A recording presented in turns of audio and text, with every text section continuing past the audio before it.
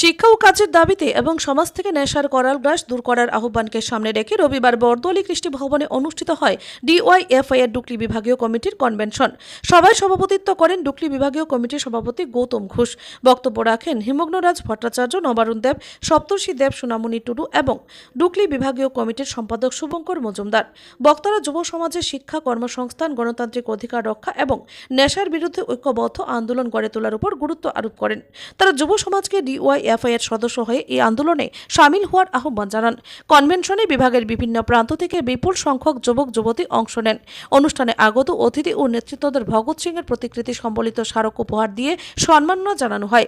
এছাড়াও হাপানিয়া এলাকার অসুস্থ শিশু মনুশ্রী চৌধুরীর চিকিৎসার জন্য সংগঠনের উদ্যোগে সংগৃহীত আর্থিক সহায়তা তার পরিবারের হাতে তুলে দেওয়া হয়।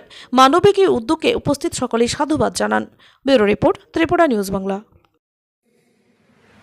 প্যারিসের সম্পূর্ণ স্বাধীনতা করেছে। ভারতবর্ষ দেশ অবশ্যই, কিন্তু তার সঙ্গে ভারতবর্ষ একটা ধারণা। দেশ ম্যাপে আঁকা যায় যে এই দেশের সীমা এই দেশের উত্তরে কাশ্মীর আর দক্ষিণে কন্যাকুমারী, এই দেশের একেবারে শেষ প্রান্তে ওদিকে চীন আর ওদিকে পাকিস্তান। ভারতবর্ষকে দেশ হিসেবে চিহ্নিত করা যায়। যে ধারণা ভারতবর্ষ, সেই ধারণার কোনো সীমা নেই। সেই ধারণা এই দেশের সীমা পেরিয়ে 7-13 পেরিয়ে বহু দূর অব্দি। তবে আজকে যখন প্রথম আমরা এই বিজেপি ফ্যাসিস্টিক আক্রমণের দ্বারা কথা বলব, সেই আক্রমণটার প্রথম লক্ষ্য হচ্ছে ভারতবর্ষের যে ধারণাটা আমরা বৃদ্ধি করে করেছি। ভারতবর্ষের গণতন্ত্র যেটা বলেছে, যেটা ভারতবর্ষের সমাজের মধ্যে থেকে ধাপে ধাপে তৈরি হওয়া একটা গণতান্ত্রিক অধিকার। এটা নয় ভারতবর্ষের সংবিধান তৈরি হলো আমাদের একটা ভারতবর্ষের সরকার থেকে হলো গণতান্ত্রিক সরকার, আর তারপরে আমরা গণতন্ত্রের মালিক হতাম না। আমাদের সমাজ ব্যবস্থা, আমাদের হাজার হাজার বছরের ঐতিহ্য, সেই ঐতিহ্যের মধ্যে ধাপে ধাপে গণতন্ত্রের প্রসার হয়েছে। এবং ভারতবর্ষ যে পৃথিবীর মধ্যে সবচেয়ে বৃহৎ গণতন্ত্র, সেটার পরিচয়ের প্রমাণ এই যে আমরা আমাদের ঐতিহ্য থেকে এই গণতন্ত্র শিক্ষা দিয়েছি।